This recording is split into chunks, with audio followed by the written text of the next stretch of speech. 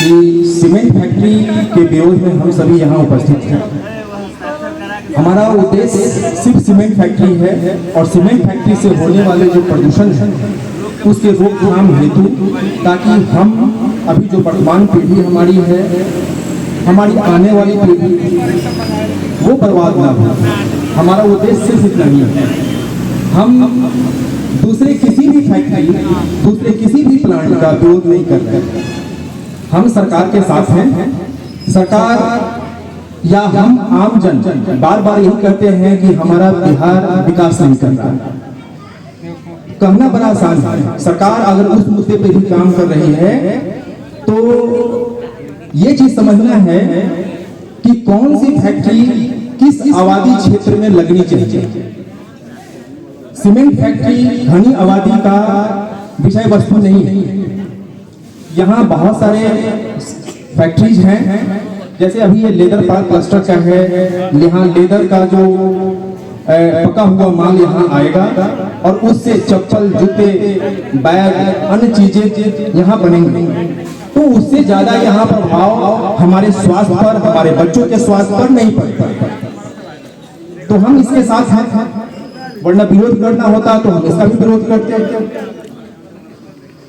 लेकिन cement factory में जितनी भी व्यवस्थाएं हैं, जितना भी उसमें जो मटेरियल यूज होता है, वो अधिकांश मटेरियल केमिकल्स हैं और वो जितने भी केमिकल्स हैं वो हमारे स्वास्थ्य के लिए काफी हानिकारक है। इसके रोकथाम के लिए हमारा जो प्रयास है, हमारा जो अपना जो टीम है, जिस टीम के अंदर 10, 20, 25 लोग हैं, शामिल हैं। हम लोग भिन्न भिन्न पदों पर, भिन्न भिन्न व्यवस्थाओं में वो काम कर रहे हैं। तो उसके रोकथाम के लिए जहां जहां हम लोग को पहल करना था, अब तक हम लोग पहल किए हैं। आगे भी जहां पहल करना है वो पहल कर रहे हैं।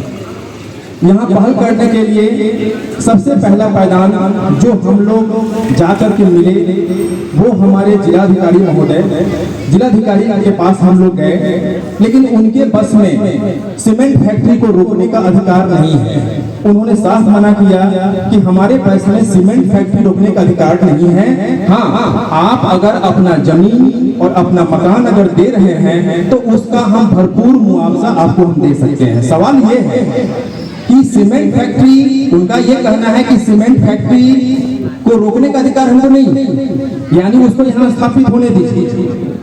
ठीक है, हमारा अधिकार क्या है कि आपको अगर अभी जो MBR है, जो अभी सर्कल रेट है यहाँ का, रजिस्ट्रेशन डिपार्टमेंट में जब जमीन लिखवाने आप जाते हैं या जमीन बेचने जाते हैं तो सरकार का एक बुक है जिसका नाम है MBR। उस पुस्तक के अंदर में अलग अलग जमीन का किस्म है और उसका वहां रेट वहां दर्शाया गया है। ठीक है, जैसे मान लेते हैं कमर्शियल जमीन है, कमर्शियल का रेट कुछ अलग है। आवासीय जमीन है तो आवासीय जमीन का रेट कुछ अलग है। उसी तरह से 2 फसला है, 1 फसला है, भीट है। ये 5 किस्म बने हुए हैं यहाँ पर। 5 किस्म का अलग अलग रेट है यहाँ पर। उनका ये कहना था डीएम साहब का कि आपके जमीन का जो रेट है वो हम बढ़ा सकते हैं।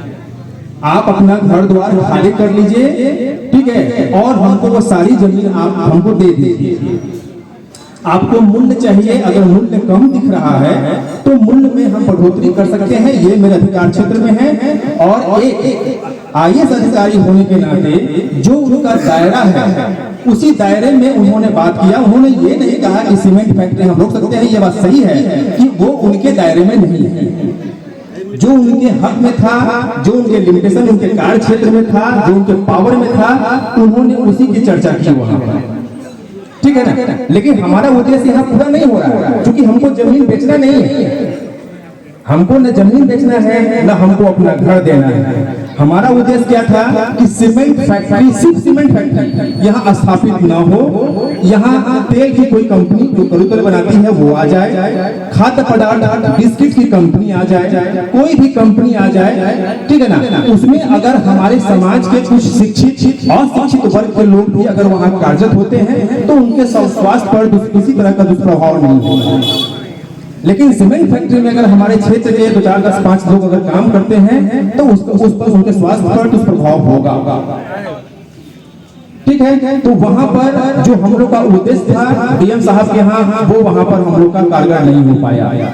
उसके बाद वहां से दूसरा फैलान जो था वो मुख्यमंत्री महोदय, मुख्यमंत्री का यहाँ पर आगमन था, बगल के क्षेत्र में आगमन था। वहां पर हमारी एक टीम वहां गई और जो ज्ञापन था, जो उसमें हमारी समस्याएं थी, एक आवेदन के माध्यम से हमने उनको बताने का काम किया। हमारे टीम में मैडम है यहाँ बैठी हुई है, एक दो लोग और थे, वो सब लोग वहां गए और अपनी बातों को जो है ना उस हिसाब से वहां रखा गया और उस पत्र का जवाब भी आया। उस पत्र को भेज दिया गया था भूअर्जन में, भूअर्जन विभाग है आपका जिलाधिकारी के नीचे, वो भेजा गया वहां पर और भूअर्जन से जवाब आया कि हमारे पास इस फैक्ट्री को लगाने का किसी तरह का कोई प्रस्ताव अभी तक प्राप्त नहीं है।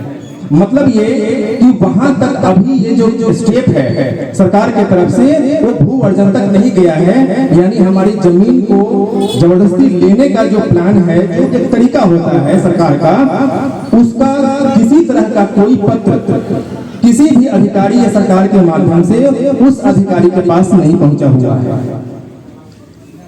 उसके बाद हमारा टीम कुछ समय के बाद उद्योग मंत्री श्रेयसी सिंह वहां भी पहुंची। वो टीम वहां जाने के बाद अच्छे से समय मिला। हालांकि पहले दिन जब हमारी टीम वहां पे गई तो निराश होकर के वापस आना पड़ा पटना से, क्योंकि उनके पास उस समय वक्त नहीं था, वो कहीं किसी दूसरे कार्य में व्यस्त थी, जिसके वजह से वो समय नहीं मिल पाया उनका। फिर पुनः शायद अगले दिन ही वो समय मिला उनका। समय शायद 3 या 4 बजे का रहा होगा और वो समय मिला और आधा घंटा का समय सिर्फ हम लोग को मिला कि हम लोग अपनी बात उनके सामने रख सकें। उस बीच में उन्होंने कुछ नहीं बोला। आधा घंटा के अंदर हमने अपनी सभी बातों को जो है, जो भी हमारे टीम के अंदर थे वहां शामिल थे, तो सभी श्रेयसी सिंह के पास उद्योग मंत्री जो है, क्योंकि उन्हीं के हाथ में इस प्रोजेक्ट को रोकने का मूल अधिकार है, दूसरा कोई रोक नहीं पाएगा इसको। मुख्यमंत्री को भी अगर कहना होगा तो वो उन्हीं को बोले और उन्हीं के पेन से ये रुकना है और वो आदेश देंगे डीएम को कि हाँ इस तरह की फैक्ट्री वहां पर ना लगे। ठीक है, क्योंकि जन विरोध है। अगर जन विरोध ज्यादा अगर है जो अब तक यहाँ दिख नहीं रहा, सीमेंट फैक्ट्री का क्या दुष्प्रभाव है, ये बार बार हम लोग आज 1.5 महीना हो गया, 2 महीना हो गया, आज बताना चाह रहे हैं, लेकिन वो शायद हमारे इस पटल तक पहुंच नहीं पा रहा। ये पहुंचेगा, लेकिन तब जब कहा जाता है ना चिड़िया चुग गई खेत, ठीक है, तब हम जगेंगे, लेकिन तब कुछ कर नहीं पाएंगे। तब तक तो वो सारा काम खत्म हो जाएगा। हम कितनी भी लड़ाई लड़ेंगे, लेकिन वो तंबू हम उखाड़ नहीं पाएंगे। अभी क्या है, तंबू लगा नहीं है, तंबू लगाने की का प्रस्ताव एक जारी है। अभी हमारे पास पूरा अधिकार है कि हम उस चीज को रोक सकते हैं या रुकवा सकते हैं, किसी के माध्यम से रुकवा सकते हैं, अपनी बातों को कह कर जो सही चीज है। तो तीसरा पड़ाव में जो उद्योग मंत्री हैं श्रेयसी सिंह, उन तक हम अपनी बात को रखे, उनके कानों तक गई। उनका ये कहना था कि ये पिछली सरकार के जो मंत्री थे, हो सकता है कि ये फाइल उनके सरकार में ये बना होगा, मुझे इसकी कोई जानकारी अभी तक नहीं है। हम 15 दिन के अंदर वो फाइल मंगा करके अपने टेबल पर हम मंगवा लेते हैं। हम उस फाइल का अवलोकन कर लेते हैं कि उस फाइल के अंदर क्या है और कैसे कैसे ये प्रस्ताव ये दिया गया है, हम इसको देख लेते हैं। उन्होंने ये विश्वास दिलाया, हम पूरी कोशिश करेंगे कि सीमेंट फैक्ट्री उस स्थान पर, यानी वार्ड संख्या 7 या महुल क्षेत्र का जो है, ये औद्योगिक क्षेत्र जो है, इसमें सीमेंट फैक्ट्री न लगे, ऐसा उनका आश्वासन था हम लोग के लिए।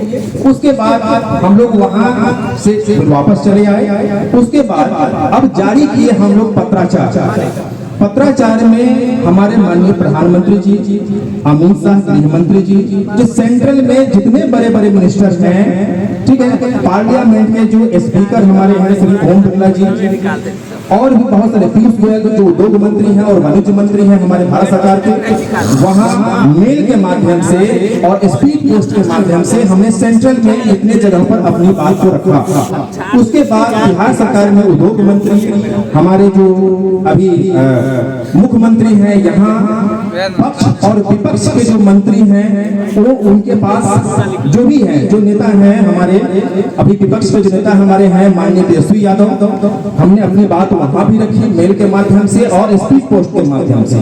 हम सभी दरवाजे को खटखटा रहे हैं जहां से हमको न्याय मिल जाए, और उम्मीद है कि शायद अभी हम लोग अभी जो लड़ाई लड़ रहे थे हम लोग अभी, ये बिल्कुल शांतिपूर्वक लड़ाई हमारी चल रही है। ये पत्र के माध्यम से हम अपना जो व्यथा है, हम जो अपने दिल का दर्द है, हमारे समाज का जो दिल का दर्द है, हम उन चीजों को बताना चाह रहे हैं। यहाँ कोई हिंसक कार्य हमें नहीं करना है और कभी भी भूल कभी नहीं करना है। कोई पदाधिकारी आते हैं उनका हमको सम्मान नहीं करना है, उनके विरुद्ध कभी भी गाली गलौज या किसी तरह का कोई हिंसक कार्य नहीं करना है, इसका ध्यान रखेंगे हम सब। उनके साथ हम अपनी व्यथा को ही बताएंगे। तो वहां पर क्या हुआ कि जो भी मेल है और जो भी पत्राचार हमने किया उसका पॉजिटिव रिजल्ट हमको अब मिलना शुरू हो गया है, और मुझे ऐसा प्रतीत हो रहा है कि 50% यानी 50% लड़ाई हम अंदर ही अंदर जीत चुके हैं। इसका प्रमाण क्या है कि ये प्रोजेक्ट जो है बड़ा ही मेगा प्रोजेक्ट है और बहुत ही बड़े लोगों का है। इस देश को चलाने वाले जो लोग हैं, ये प्रोजेक्ट उनका है, अडानी समूह का है, और इस देश को चलाने का काम आज के डेट में 2 व्यक्ति कर रहे हैं, अडानी और अंबानी। यही सरकार है, इतना दिमाग में रख लीजिए। हमारी लड़ाई किससे है? अडानी और अंबानी। तो सीधा सीधा जो है ना बड़े लोगों से लड़ाई है, जो हम ताश के पत्ते के तहत बिखर सकते हैं, उनके लिए हम लोग कुछ भी नहीं है। लेकिन हम लोग ने क्या काम किया कि एक बात है देहाती भाषा में कही जाती है कि लिखंत क्या जो बुलंद काम नहीं करता है। तो जब भी हम कोई चीज लिखते हैं उसका बड़ा प्रभाव पड़ता है, ये आज भी और 5 साल के बाद जो लिखा हुआ चीज होता है, कागज का टुकड़ा, उसका बड़ा महत्व होता है। तो उसका प्रभाव हम लोग को अब दिखना शुरू हो गया है। और आगे अभी जो बियाडा के अभी हाल फिलहाल में 15 दिन पहले बियाडा के जो डीजीएम महोदय हैं उनसे भी हम लोग मिले, हमारी टीम मिली, और अपनी व्यथा को हम लोगों ने वहां रखने का काम किया कि आप सबसे पहले सीमेंट फैक्ट्री यहाँ मत लगाइए, दूसरे किसी फैक्ट्री पर आप विचार कीजिए, और हमारे विचार को आप अपने पेन और पेपर के माध्यम से जो बढ़िया पदाधिकारी हैं उन तक पहुंचाने का काम कीजिए कि हम लोग क्या चाहते हैं। हम लोग यही चाहते हैं कि यहाँ पर सीमेंट फैक्ट्री ना लगे, बस हमारा मांग सिर्फ इतना है। अगर सरकार, ये सारी जमीनें सरकार की ही हैं, जब चाहे वो ले सकती है, पूरा गांव का गांव खाली कर सकता है, वो बड़ी बात नहीं है। लेकिन सबसे अच्छी बात क्या है इसके अंदर कि एक वेलफेयर एक्ट जो होता है, वेलफेयर कार्ड जो सरकार का होता है, चाहे बिहार सरकार का हो चाहे भारत सरकार का हो, तो कुछ कार्य का उदाहरण मैं दे रहा हूँ, जैसे कि रेलवे का प्रोजेक्ट। अगर रेलवे को ऐसे अगर निकालना है पूरा बड़जी गांव होकर के झिंगा होते हुए कहीं जाना है अगर, तो आप चाहे कितना भी ताकत लगा लीजिएगा, ये प्रोजेक्ट रुकेगा नहीं। ये होता है वेलफेयर प्रोजेक्ट। अगर हाई नेशनल रोड निकालना है, यहाँ से रोड निकाल करके और आगे कहीं लेके जाना है, पटना जाना है, आप उसको भी रोक नहीं पाएंगे, चाहे कितना भी पॉलिटिकल पावर लगा लीजिए, वो नहीं रुकेगा। अगर पास हो गया तो रुकने वाला नहीं, ठीक है। तो वेलफेयर प्रोजेक्ट एक अलग प्रोजेक्ट है, जिसमें हॉस्पिटल, गवर्नमेंट हॉस्पिटल हो गया, गवर्नमेंट यूनिवर्सिटी हो गया। तो इस तरह से बहुत सारे जो प्रोजेक्ट गवर्नमेंट के आते हैं, सरकार का आता है, चाहे बिहार सरकार, भारत सरकार का आता है, जो वेलफेयर जन कल्याण में कोई भी प्रोजेक्ट अगर लॉन्च किया जाता है, पास किया जाता है प्रोजेक्ट को, तो उसको रोकना थोड़ा सा मुश्किल होता है। आपके पास सिर्फ एक ही ऑप्शन होता है कि आपका जो भूखंड है उसमें आप अच्छा रेट डिमांड करें। जो एक्ट करता है, जो लॉ करता है, उसके अनुसार आप उसका डिमांड करें, ठीक है। अब यहाँ सबसे बड़ी बात यहाँ क्या है, उस चीज को जानना जरूरी है। यहाँ पर हमारे पास जो ये भू अर्जन का जो एक्ट है, तीसरा पड़ाव अभी यहाँ पर है। डीजीएम साहब का जवाब हम सुन लिया।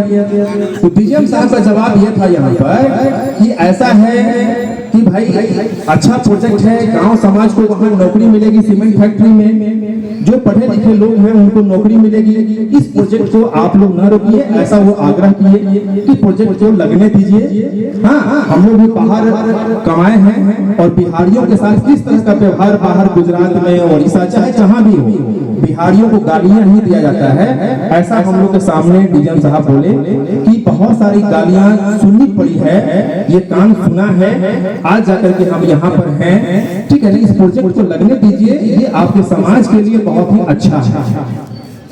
लेकिन फिर भी हम लोगों ने यही आग्रह किया कि सर ठीक है, आपके बस में अगर ये प्रोजेक्ट मतलब लगाना ही है तो आपसे आग्रह है, आपसे विनम्र निवेदन है कि सिर्फ सीमेंट फैक्ट्री को यहाँ से हटा दिया जाए, बाद बाकी जो है जो भी फैक्ट्री यहाँ लगानी है लगाई जाए, और जो भूखंड जितना रिक्वायरमेंट है, जितना जरूरत है उतना आप पब्लिक कर लिया जाए, उसमें कोई दिक्कत नहीं है, लेकिन सिर्फ सीमेंट फैक्ट्री नहीं लगाई जाए। वहां भी आग्रह हम लोग का था और वहां भी पॉजिटिव कार्ड हुआ, और उस पॉजिटिव कार्ड की वजह से जो हम लोगों ने पत्राचार सेंट्रल में, और जो पत्राचार हम लोग बिहार सरकार में, और जो पत्राचार हम लोग किसी अधिकारी के पास हम लोग किए, जो लीगल तरीका था, जो एक तरीका था हम लोग का आवेदन देने का, तो उसका प्रभाव क्या मिला कि इधर सप्ताह भर पहले एक मीटिंग हुई, मीटिंग में जो है ना कुछ चीजों को रखी गई कि हाँ कुछ चीजें हमको करनी है, कुछ चीजें नहीं करनी है। उसमें यह बताया गया कि ठीक है, हम किसी का घर नहीं ये करेंगे, हम ये नहीं करेंगे, वो नहीं करेंगे, 10 एकड़ जमीन दिलवा दीजिए हमको, ठीक है ना। तो हम लोगों ने पूछा कि भाई 10 एकड़ जमीन दिलवा देंगे, ठीक है, पब्लिक का जमीन आप अपने स्तर से दिलवा दीजिए। सवाल है कि ये तो हम लोग के पास में है नहीं कि किसी पब्लिक के पास जाकर के 10 एकड़ जमीन को दिलवा देंगे। फिर हम लोगों ने पूछा कि उद्देश्य क्या है 10 एकड़ जमीन का, तो रेलवे लाइन लेके जाता है, हम लोग फिर उद्देश्य क्या है, उसमें फैक्ट्री कौन सी लगेगी, सीमेंट फैक्ट्री, हम लोग कभी नहीं होगा। हम लोगों ने मना किया कि सीमेंट फैक्ट्री जमीन आप नाम लीजिएगा, हम लोग जो है आपके साथ असहयोग व्यवस्था में चलेंगे, सहयोग की व्यवस्था आप हमसे नहीं रखेंगे, हम सहयोग किसी स्तर पर आपका नहीं कर पाएंगे। आप सीमेंट फैक्ट्री को छोड़ कर करके आप जो भी फैक्ट्री लगाना चाहें आप लगा सकते हैं। उसके बाद सीओ साहब की बात आई। सीओ साहब एक छोटे से प्यादा है, इसके अंदर उनको जो आदेश मिलेगा ऊपर से डीएम साहब का, एसडीएम साहब जो है उनका आदेश मिलेगा, वही वो काम करेंगे। इसलिए उनको जैसे जैसे आदेश मिलेगा वैसे वैसे वो अपना कार्य करेंगे, और अब तक जो भी उन्होंने कार्य किया है वो आदेशानुसार ही किया है उन्होंने, ठीक है। तो अभी ये पहला पड़ाव है जो अभी चल रहा है। इसके बाद इसमें इसके रोकथाम के लिए हम लोगों ने एक केस फाइल किया एनजीटी के अंदर, नेशनल ग्रीन ट्रिब्यूनल, जिसका ऑफिस है आपको कोलकाता के अंदर। वहां हम लोग एनजीटी में जो है ना एक आवेदन दिए, क्योंकि आवेदन देने का ये है कि ये टोटल का टोटल, ये पूरा का पूरा क्षेत्र जो है कृषि प्रधान क्षेत्र है। यहाँ पर कृषि कार्य ज्यादा होता है, 2 फसल 3 फसल यहाँ के किसान उपजाते हैं, और यहाँ आम और लीची, मूल रूप से यहाँ लीची के लिए जो है ना ये क्षेत्र फेमस है, जिसको जीआई टैग भी प्राप्त है भारत सरकार से। उसको ये चीज, ये जो सर्टिफिकेट है ये यहाँ प्राप्त है इसको। तो ग्रीन ट्रिब्यूनल में जाने का उद्देश्य ही यही था कि ये टोटल का टोटल जो है ना ग्रीन जोन है, और ग्रीन जोन को समाप्त कर करके और एक इस तरह की फैक्ट्री लाई जा रही है यहाँ पर, जिसका कुप्रभाव सालों साल तक जो है ना यहाँ का लोग जो है उसको झेलेगा, झेलने के लिए मजबूर रहेगा। तो अब तक ये प्रयास हम लोग का यहाँ पर रहा है, और इस प्रयास से जिला प्रशासन, बियाडा के अधिकारी, अंचलाधिकारी और अंबुजा सीमेंट के जो अधिकारी जो भी हैं, मुंबई के चाहे जो पटना जोन के हैं, वो सब लोग का एक मीटिंग हुआ है। अब उस मीटिंग के अंदर किस तरह का बात आया है ये अभी तक हम लोग को जानकारी नहीं है, लेकिन इतना है कि हम लोगों ने सभी को एक पटल पर मीटिंग करने के लिए हम लोगों ने मजबूर कर दिया है। वो हमारा आवेदन इतने जगह गया है, लगभग 30 से 35 जगह, जो बड़े बड़े पदाधिकारी हैं, बड़े बड़े मंत्री हैं, जो हमारे प्रधानमंत्री हैं, मुख्यमंत्री हैं, सभी जगह हम लोगों ने आवेदन दिया है। और इसका प्रभाव यही हुआ कि जिला प्रशासन के किसी कार्यालय में कहीं पर ऑडिटोरियम वगैरह है, वहां पर जो है इसी मुद्दे को लेकर के महुवल क्षेत्र का सीमेंट फैक्ट्री भी मुद्दा बना और उस मुद्दे को लेकर के वहां पर मीटिंग की गई।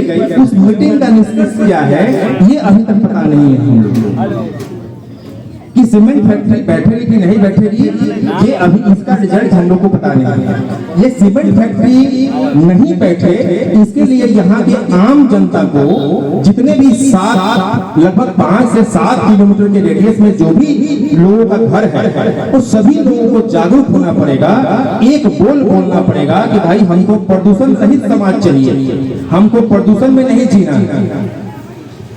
सीमेंट फैक्ट्री का मतलब ही है प्रदूषण, और उससे बहुत सारी गंभीर बीमारियां यहाँ पर फैलेगी, जिसका बाद में इसका खामियाजा जो है ना हम सभी को बाद में भुगतना पड़ेगा। तब हमारे पास कोई चारा नहीं रहेगा, हम करे तो क्या। आज हमारे पास सभी व्यवस्थाएं हैं, हमारे पास चारा है, हमारे पास हर तरह का हथकंडा है, आवाज है, हमारे पास जन संगठन हो सकता है, हमारे पास जितना मजबूत जन संगठन होगा हमारा, शांतिपूर्ण ढंग से हम उस चीज को रोकने में कामयाब होंगे। ऐसा मेरा विश्वास है, हमारे टीम का विश्वास है। हम सभी उसमें लगे हुए हैं कि इस चीज को रोक लिया जाए। और बात जो फैक्ट्री लगानी है वो लगाई जाए। अभी हम लोग अंतिम प्रयास जो अपना अभी कर रहे हैं, क्योंकि मैंने बताया है पहले ही कि 50% लड़ाई हम इस पूरे मामले का अभी तक हम जीत चुके हैं। 50% जीतना है अभी बाकी हम लोग को, लेकिन जो ताकत यहाँ के आम जनता से मिलना चाहिए हम लोग को वो नहीं मिल पा रहा है। इसका बड़ा दुख। अब पेपर वर्क करने की बारी है। पेपर वर्क का अंतिम पैदान है हमारा उच्च न्यायालय Patna high court. Patna high court में हमारा जो अधिकार है, ठीक है, आर्टिकल 226 और आर्टिकल 32, आर्टिकल 32 और 226 डायरेक्टली जो है ना हम जा सकते हैं हाई कोर्ट के लिए। आर्टिकल 32 डायरेक्टली जा सकते हैं हम सुप्रीम कोर्ट के लिए। किस चीज के लिए? अपने मौलिक अधिकारों को बचाने के लिए। किस चीज के लिए? स्वच्छ वातावरण में जीवन यापन करने के लिए। किस चीज के लिए? स्वच्छ भोजन करने के लिए। किस चीज के लिए? स्वच्छ जल ग्रहण करने के लिए, पानी पीना, स्वच्छ जल चाहिए। और इस फैक्ट्री से ये सभी चीजें प्रदूषित होगी, ये सभी चीजें खराब होंगे, हम यहाँ खेती नहीं कर पाएंगे। तो दो आर्टिकल है हमारे पास, और तीसरा आर्टिकल है आर्टिकल 21, जिसमें जो है हमको जीने का अधिकार दिया जाता है। और जीने का अधिकार जो है ना बड़ा ही विस्तारित किया गया है। बहुत लंबा चौड़ा इसका जो है एग्जाम्पल है, और बहुत विस्तार से जो है ना हमारे संविधान के अंदर इसको डिस्क्राइब किया गया है, बड़ा ही डिटेल में इसको डिस्क्राइब किया गया है जीने का अधिकार, ठीक है ना।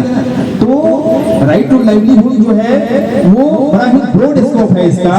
तो एक हमारा हो गया आर्टिकल 21 संविधान का, दूसरा हो गया 226, 32। तो इस तरह से हम रीट में जाएंगे, रीट में जाकर के PIL पब्लिक इंटरेस्ट लिटिगेशन, जनहित याचिका इसको बोलते हैं हिंदी के अंदर। तो जनहित याचिका का मतलब ये होता है कि एक आदमी नहीं, पूरे समाज पर अगर कोई भी व्यवस्था सरकार की अगर बहुत लंबे समय तक अगर कुप्रभाव डाल रही है, दुष्प्रभाव डाल रही है, तो उसके रोकथाम के लिए हम ये आर्टिकल 22 का वहां पर जिक्र करते हुए आर्टिकल 226 में हम प्रवेश कर सकते हैं हाई कोर्ट के अंदर। और बड़ा ही ये स्ट्रॉन्ग आर्टिकल है, ठीक है। तो हमने बताया ही है कि स्वच्छ जल, इस फैक्ट्री अगर लगता है तो स्वच्छ जल हमको नहीं मिलेगा, स्वच्छ वातावरण हमको नहीं मिलेगा सांस लेने के लिए। मामूली सा अभी यहाँ देखिए कि थोड़ा सा जो है हल्का फुल्का यहाँ गिट्टी का अभी यहाँ पर कारोबार होता है, तो कितनी परेशानियां हैं रोड के अंदर, गाड़ियां जाती है, कितना धूल उड़ता है, कितनी परेशानियां हैं। खैर हम लोग घर तो थोड़ा दूर पड़ता है, लेकिन जिनका घर यहाँ नजदीक है जरा उनके दिल से पूछिए, उनके घर से पूछिए, वो बताएंगे आपको कि क्या परेशानियां हैं यहाँ पर। तो जब एक इससे बहुत बड़ा अगर फैक्ट्री यहाँ पर निर्माण हो रहा है जो सिर्फ केमिकल ही 24 घंटा केमिकल ही वो जो है उत्सर्जित करेगा, वो बाहर निकालेगा, सिर्फ केमिकल ही बाहर निकालेगा, तो उसका कितना प्रभाव पड़ेगा आम जन पर और आसपास जितने भी 5-7 किलोमीटर का जो रेडियस हमारा है उस पर क्या प्रभाव पड़ेगा, इस चीज को समझने की जरूरत है हम लोगों को। और इसमें संगठित रहने की हमको जरूरत है। हम संगठित नहीं हैं, यही हमारी कमजोरी है और यही उनका फल है। हम जितने कमजोर होंगे वो उतने हम पर हावी होंगे। हम जितने संगठित रहेंगे हम मजबूत रहेंगे और वो हमसे डरेंगे कि जो आवेदन के माध्यम से अपनी बातों के माध्यम से हम अगर कहीं कुछ कहना चाह रहे हैं तो इसके पास संगठन भी है, लोग जागरूक हैं, लोग नहीं चाह रहे हैं कि सीमेंट फैक्ट्री वहां पर बने। लेकिन अभी तक जो अभी हम देख पा रहे हैं यहाँ पर, जो हम महसूस कर पा रहे हैं यहाँ पर, हम संगठित नहीं है। शायद पता नहीं क्या कारण है। एक चीज ध्यान रखना है कि ये कोई राजनीतिक व्यवस्था नहीं, यहाँ पर कोई मुखिया का चुनाव, सरपंच का चुनाव नहीं होगा, मुझे किसी पद पे नहीं जाना। हमारा कार्य क्षेत्र अलग है, रोजी रोटी चलता है, उससे अच्छा खासा रोटी चलता है, सरकार से ही पैसे आते हैं और बहुत सारे वर्ग हैं तो उसके जीवन यापन करने के लिए वो सब ठीक ठाक है, कहीं दिक्कत नहीं है। लेकिन सवाल ये है कि यहाँ हम भी हैं, हमारा घर भी यहाँ से 2 किलोमीटर की दूरी पर है, उसका प्रभाव हम पर भी पड़ेगा। हम भी सही से सांस नहीं ले पाएंगे, हमारे बच्चे भी यहाँ सही सांस नहीं ले पाएंगे, ये समस्याएं आएंगी।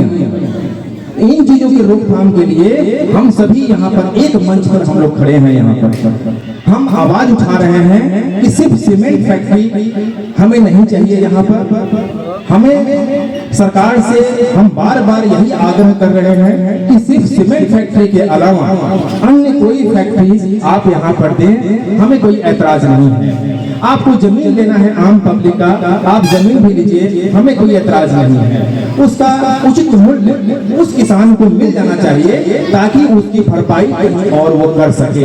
अब ये नहीं